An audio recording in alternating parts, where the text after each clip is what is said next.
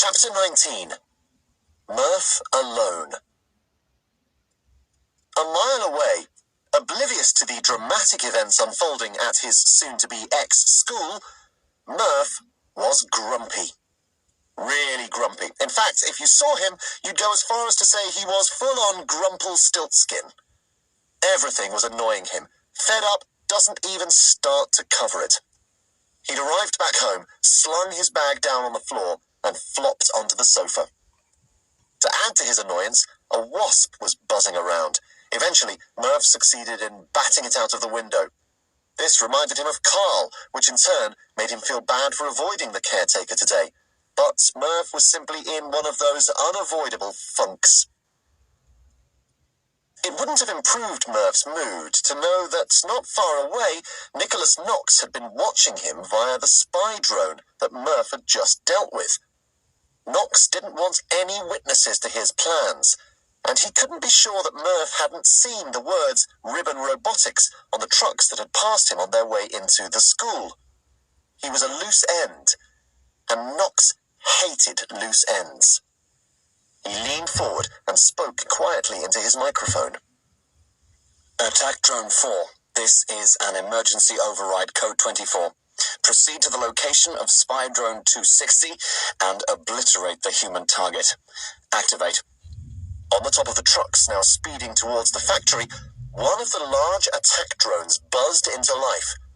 It detached itself from its special rack and flew off on its deadly mission. Back at his house, Murph was following the rules of dealing with a bad mood. If you're not aware of these rules, here's a handy guide for the next time you're feeling rubbish. Things to do when you're in a funk. Rule 1. First of all, it's important to embrace it. Be the grump. As long as you're not rude to people, it can be quite fun. Enjoy the feeling of being a moody old so-and-so for a bit. Rule 2. Eat. You must eat plenty of treats to top up the happiness tank. Rule 3. Drink. Fill up your belly with fizz. Rule 4. Listen to sad music. If possible, use headphones. Go for a walk in the rain and pretend that you're in a sad film about your own life, and this is the soundtrack. Murph had made himself a bowl of the sugariest cereal he could find, Rule 2, and settled down on the sofa, reaching for the remote control for the music system. Time for Rule 4. Mournful piano music began. He was ready to immerse himself in Wronged Murph, the movie. Hello, the singer began. Bang! It's me. Smash! Murph jerked his head towards the staircase. The almighty noise had come from upstairs. He jumped off the sofa, milk and sugary flakes leaping out of the bowl and onto the floor as he did so. His heart was racing. What on earth was that? He said out loud to try and calm himself down. It didn't work. Maybe he was imagining things, he thought, though more out of hope than anything else. He just wanted a quiet afternoon listening to music and feeling sorry for himself. His hope was dashed as soon as he heard another bang, followed by the tinkling of glass. Murph crept over to the staircase and slowly started to climb. He had never noticed the stairs creaking before, but now he was on full alert. They seemed to have become the world's loudest steps. What was up there? As he reached the middle of the staircase, he heard a distant buzzing sound. He stopped dead in his tracks, frozen to the stairs like someone doing a lame impression of Spider-Man. There was silence, an eerie silence. Time stood still for a moment. And then there was a sudden roar that seemed to tear the air around him to shreds. With a cold splash of shock, Murph realized that the staircase actually was being torn to shreds. He was being shot at. He threw himself blindly to one side as something flew at him with incredible speed, firing as it went. Ornaments downstairs in the hall dinged and clattered as they were shot to pieces. Murph rushed to the top of the stairs and at the summit hopped behind the laundry basket on the landing. He peered cautiously over the top. Hovering just above the floor, down by the front door, was a giant wasp. Wisps of smoke rose from the gun barrels mounted on either side. The drone seemed to be collecting itself, ready for another attack run. Before it had a chance to move, Murph left the safe haven of the basket, dashed to his bedroom and shut the door. He needed a plan. On the plus side, this was a home match for Murph.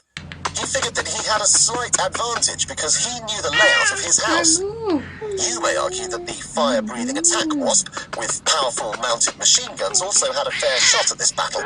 But the years of moving house and making and losing friends had made Murph Cooper pretty unflappable. He could now hear the drone outside his bedroom door, hovering, thinking about what to do next. A couple of times it let off a salvo of gunfire, as if this would encourage Murph to come out. The door shook as bullets thudded into it. What it did encourage Murph to do was open his window and prepare to escape. But before he could figure out his next move, the drone lost patience and began burning his bedroom door down. Smoke billowed in. He knew he had seconds to get out. He grabbed the cricket bat he'd been given for Christmas, climbed onto the window ledge and began to shimmy down the bathroom drain pipe. He started slowly, inching down with his hands and trying to cling on with his feet until he realized he was losing his grip and couldn't proceed at this rate. He had no choice but to free fall. Luckily, it wasn't that far off the ground when his fingers decided to give up, and he landed neatly in one of his mum's shrubberies, squashing a large purple plant. She'll shout at me for that, he thought, then remembered that his bedroom door was on fire and that maybe shrubs wouldn't be a priority, even purple ones. Murph picked himself up and darted round to the front door of the house. Slowly and silently, he opened it. The house was starting to fill with smoke. Murph could hear the crackle of burning upstairs, but he couldn't see or hear his enemy. He needed to make it to the kitchen, which had 2 different doors to the outside, so if things went wrong, he would be able to escape through one of them. He assumed the drone was upstairs, still trying to burst into his bedroom. He assumed wrongly. The drone had burst into his bedroom, but what Murph didn't realize was that it had quietly tracked him all the way outside and was now hovering behind his head, the bars of its rotors covered by the crackle of the spreading flames now visible at the top of the stairs. As he started to creep across the lounge, Murph froze. He knew something was wrong, and suddenly he registered the tickle of a light breeze on his neck. His fingers flexed on the handle of the cricket bat, and in one quick, sharp movement, he raised the bat up and over his head as if he were using an axe in reverse, smacking the drone off target seconds before it opened fire. Machine guns roared as the giant attack wasp flailed across the room, rotors whining frantically as it tried to correct its spin. Bullets sprayed everywhere, pinging off the mirror, douching into the sofa and smashing the stereo. Murph's eyes fell on the jumble of Wellington boots just inside the front door, and he remembered he'd hidden the grapple gun in one of them. As the drone tried to get itself back under control, he scrabbled frantically inside the boots, ending up with quite a smelly left hand, but also, eventually, the gun. Just as the drone took aim at him for its final deadly assault, Murph pulled the trigger. The hook exploded out across the room and into the kitchen, smashing into the oven door and wrapping itself around the handle. Murph pressed the button on the stock of the gun and was catapulted into the kitchen as the grappling line reeled itself in at speed. He impressed himself by landing safely by the oven, silently thanking Carl as he did. Murph dropped the grapple gun and started to look around for a weapon. As the drone appeared in the doorway, he threw everything he could get his hands on at it.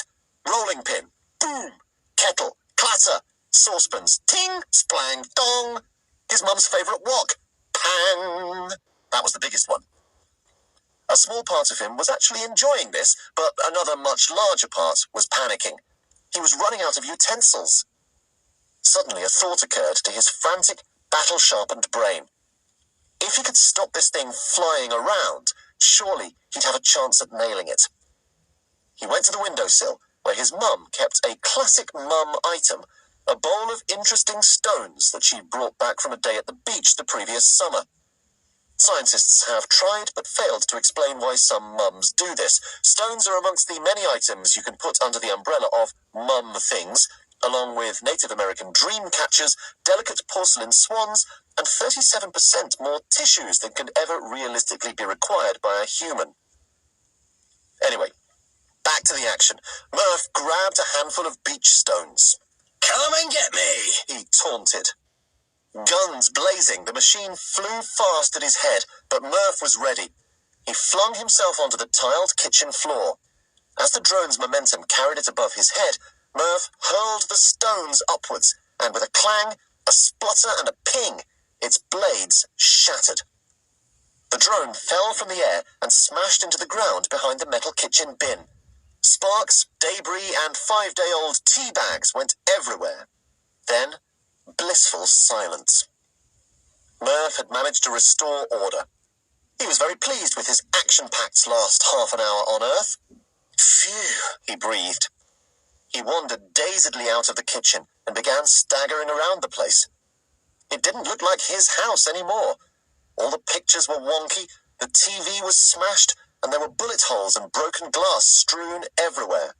Smoke billowed down the stairs, blocking off the hallway completely. What in the blue heck is going on? Thought Murph to himself finally. What was that thing? One thing was certain. The boring house had just become the venue for one of the least boring episodes in Murph's life. He decided to take a few moments to compose himself and work out what he'd tell his mum.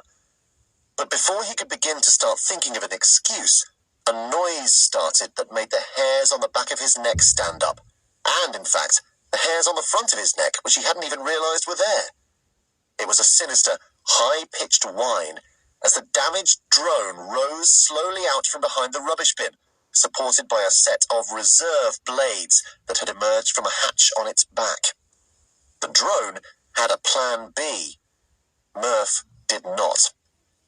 Helplessly, he watched as the guns, which had been knocked out of position, swiveled around until the barrels were pointing right at him. This was the end.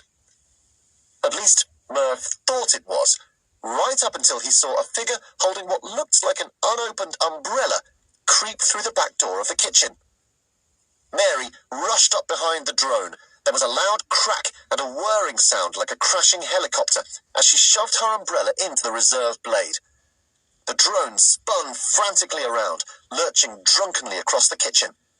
In desperation, it activated its flamethrower and spewed fire in a wide circle like an extremely expensive and dangerous firework. With a metallic clang, it careered through the smashed door of the oven, which immediately filled with flames. After a moment, there was a huge explosion.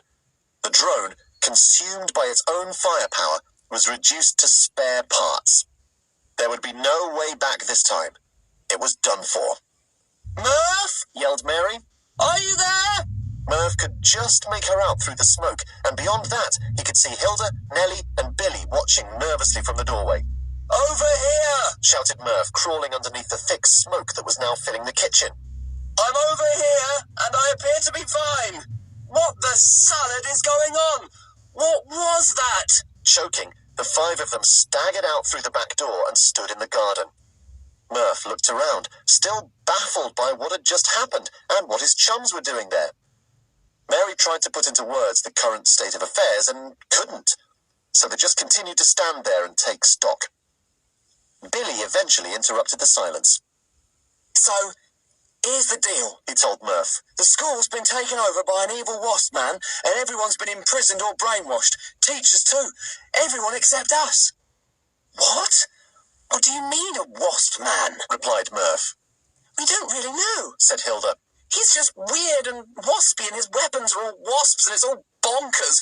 But he means business, and he's got a lot of helpers, one of which you just managed to finish off in the kitchen." "With the help of my umbrella," chipped in Mary, as she checked it for damage. Murph took a final look back at his house. It was a complete wreck. Flames were licking out of the first-floor windows, and at that moment there was another explosion from the kitchen. He had no idea how he was going to explain this to his mum, but there was no time to worry about that right now. Murph Cooper had been through a lot, but he'd had enough of feeling miserable. He was fed up with being fed up. He thought about what Mary had said to him only that morning, about not letting things get to you. Then he remembered something Flora had told him during one of their morning chess sessions. No one except a hedgehog ever got anywhere by rolling into a ball. Murph wasn't a hedgehog, and it was time to take control of the situation. Even though Mr. Flash had done his best to beat any joy out of him, even though he was fated to leave in a few weeks, he liked the school. And even though he'd been a total misery to his friends earlier that day, they had rushed to save him. For the first time in years, he felt part of something. "We need to save the school," Murph stated simply. "But Murph, I don't know how we can do that," said Mary anxiously. "We're not super enough. We need a hero, and we haven't got one. Who can help us now?" And suddenly, Murph understood. It was Mary's question that had been the key. Who could help them now? Only one person. Someone who had not been seen for a very, very long time. "Where are we going, Murph?" shouted Billy as they pelted through the town centre. "Hurry up," Murph panted. "Back to the school before it's too late." Minutes later, they tore through the gates and across the front yard. Murph led them around the back and across the playing fields. The empty assault course lay to one side, but over by the woods a stream of smoke could be seen coming out of the chimney on top of a ramshackle collection of wooden huts. They could hear a metallic hammering coming from inside. "He stayed close by, but didn't want anyone to know," puffed Murph as they ran. "He's got the equipment. He knows too much just to be a caretaker. I only just worked it out for sure. Carl is the answer." "What?" said Mary as they stopped outside the huts, gasping for breath. "How can Carl help? How can Carl save us?" "He's not just Carl," said Murph triumphantly. "He's the Blue Phantom." The others looked at him in amazement. Then they did a collective, "Oh." Murph nodded, turned, and knocked on the door of the hut. The clanging noise stopped abruptly. Carl opened the door slowly.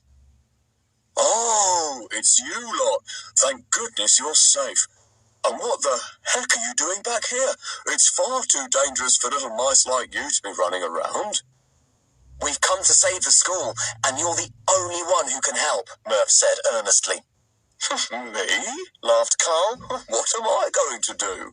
Grab my broom and brush the baddies away?" "No, Carl. We know who you are. The game's up," said Mary confidently. "We know your secret," chirped Hilda. "Oh, do you?" said Carl. Yes, we do," piped up Billy, partially inflating his left thigh with nervous excitement. Even Nellie got carried away in the moment and skittered around silently like a dog who knows it's about to go walkies. Carl waited, holding the door half closed, eyebrows raised. "You are the Blue Phantom," said Murph simply. There was a pause.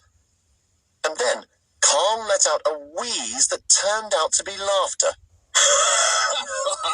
"Brilliant. Well, I've heard it all now. Sorry, kids. Not me," he said. "Now best get yourselves home. It's not safe here for the likes of you." And he slammed the door in their faces. Murph couldn't even look at his friends. How could he have been so wrong? He'd been certain he'd worked it out. "It must be him. It just doesn't make sense," he murmured, deflated. "But you heard it from his own mouth," said Mary gently. "He isn't the Blue Phantom." "Well, who is then?" Hilda breathed. Nobody said anything for a moment, and then an unexpected voice broke in from behind them. "I am the Blue Phantom," said the voice. The end. Okay, not the end. But things are quite exciting at the moment, so we thought it might be a good idea to break the tension. Let's all calm down for a minute with a nice story about a rabbit, shall we? Interlude. The Tale of Alan Rabbit. Alan Rabbit gambolled up to the top of the hill and looked out over the meadow. The morning sun was just rising above the hedgerows, and all the world seemed new. Alan twitched his little rabbit nose. Twitch, twitch. Then he wiggled his little rabbit tail and began singing a song that went, "Uh-huh, oh yeah, shake your rabbit booty." Just then, his phone rang. "Hello?" said Alan Rabbit into the phone. Yes, Mum. Yes, I'll be there in a minute. Now, old Mrs. Pollyanna Rabbit was a most terribly particular rabbit. She kept their sandy rabbit hole spotlessly clean and was quite put out if house guests made a mess. Only the other day, Mr. Poppletoes, the death metal badger, made an awful commotion in the scullery, smashing the television and smearing chocolate spread up the walls. I do declare I am quite distracted, Mrs. Pollyanna Rabbit had bemoaned, surveying the damage and calling him a taxi. She had only just this very morning finished getting everything back in order. Alan Rabbit bounced back into the rabbit hole, simply covered with dew and good vibes. What's for breakfast, Mother? He asked. I've made your favourite, smiled Mrs. Rabbit. Avocado on sourdough toast. It's all ready for you in the scullery. What is a scullery, Mother? Asked Alan Rabbit as he tucked into his delicious repast. Hush now, Tish and Patootie, scolded his mother. Eat your breakfast and I shall sing you your favourite song. The one about the otters? Asked Alan Rabbit excitedly. Yes, soothed old Mrs. Pollyanna Rabbit. And then she sang him this song about otters. Old Mrs. Pollyanna Rabbit's otter song. Baby otters, baby otters. Excuse me. You must make up a tune for this song. Simply reading it aloud won't cut the mustard. Oh. Old Mrs. Pollyanna Rabbit's otter song. Baby otters, rolling in the sun. Baby otters, having lots of fun. See them gambol, see them play, see them do a wee. Baby otters, what will they grow up to be? Adult otters, probably. Very good. Thank you. Right, that's better. Feeling calmer? Right, where were we? Ah, yes. A voice behind them just said something really exciting.